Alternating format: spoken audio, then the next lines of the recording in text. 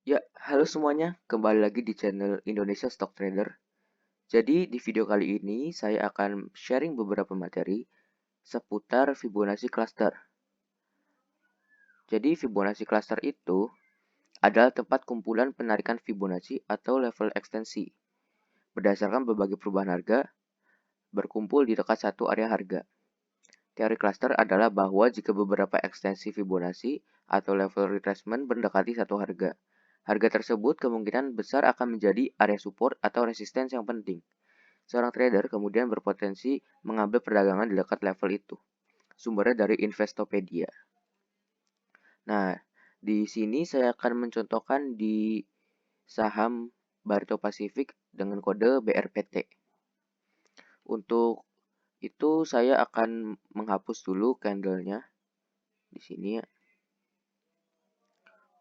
Lalu kita akan segera uh, praktek Fibonacci cluster ini gitu. Nah, cara membuat Fibonacci cluster itu gimana sih? Uh, Caranya itu kita membutuhkan dua Fibonacci retracement atau gabungan dari Fibonacci retracement dengan Fibonacci extension. Saya seringnya itu menggunakan Fibonacci retracement-nya 2 gitu. Jadi pakainya cuman Fibonacci retracement. Tanpa berlama-lama kita langsung praktek saja di sini. Kita tarik dulu Fibonacci retracement-nya ke sini ya. Lalu kedua kita menarik di sini ke sini. Kita sudah menemukan level-level area-area garis yang berdekatan. Jadi di sini ada garis-garis berdekatan. Kita kotakkan saja. Lalu di sini juga ada garis berdekatan. Kita kotakkan saja. Nah, lalu kita ingin backtest ya. Bener nggak sih di kotak-kotak ini itu ada rejection atau pantulan gitu. Kita langsung play saja.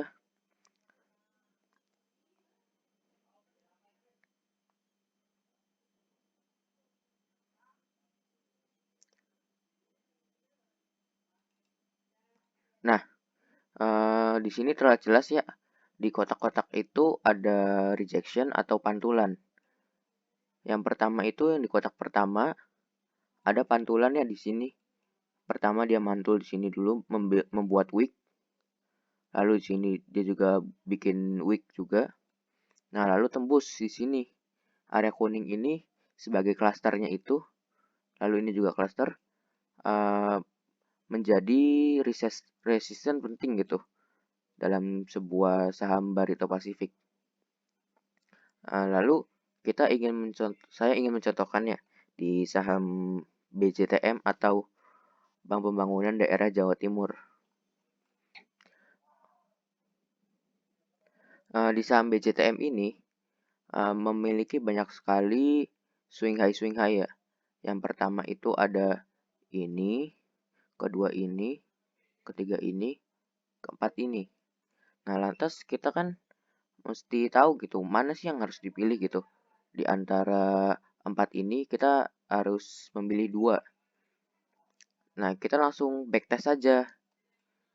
Backtest uh, masing-masing dari Fibonacci-nya. Nah, kalau kita menggunakan satu Fibonacci saja udah terlihat jelas bahwa ini tuh merupakan Fibonacci yang cukup valid ya. Dimana di sini ada rejection, lalu sini ada rejection, lalu sini ada rejection, ada lagi. Nah, sini juga ada. Berarti ini kita bisa mengatakan bahwa Fibonacci ini cukup valid. Nah, lalu kedua kita backtest di sini ya. Apakah di sini benar-benar menjadi sebuah area cluster? Ternyata cukup valid juga untuk BCTM. Kita bisa lihat di sini termasuk area clusternya, cluster resisten ya. Nah, lalu di sini juga, di sini juga. lalu di sini, nah lalu di sini. Cuman menurut saya ini terlalu cukup besar ya untuk BJTM ini, range-nya itu 720, 740 itu terlalu besar.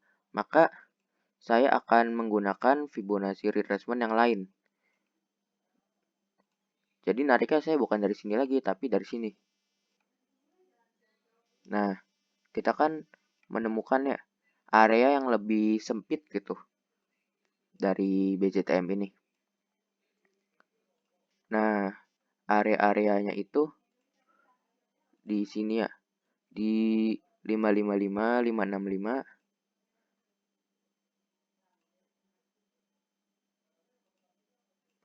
lalu di 610, lalu di 665, 675, lalu di 740, 755, lalu di 965, 990. Oke, jadi ini untuk menentukan target price ya. Nah, sekarang kita untuk menentukan sebuah cluster support, artinya kita ingin membeli sebuah saham itu pas saat jatuh ya. Coba di indeks IHSG atau komposit. Oke, di indeks komposit ini kita bisa ubah ke daily dulu. Saya akan menghapus candlenya. Oke, di IHSG sendiri saat Agustus itu ada berita PSBB ya, PSBB ketat. Nah, di sini kita bisa ambil sebuah cluster gitu, atau membuat sebuah cluster untuk kita itu menentukan kapan saatnya untuk beli gitu. Oke, jadi saya membuat clusternya itu seperti ini ya. Yang pertama itu di sini penarikannya swing low-nya. Lalu yang kedua itu di sini swing low-nya. Nah, lalu kita kan menemukan ini sebuah dua garis yang berdekatan. Di sini ya, kita kotakin. Oke. Lalu kita langsung backtest saja gitu. Bener nggak sih kotak ini tuh dijadikan sebuah cluster gitu? Yap, ternyata benar ya. Sangat akurat sekali untuk klasternya, di mana harga itu mantul tepat di kotak kuning ini gitu. Oke, cukup segitu saja penjelasan dari saya. Selebihnya bisa dipelajari sendiri. Terima kasih.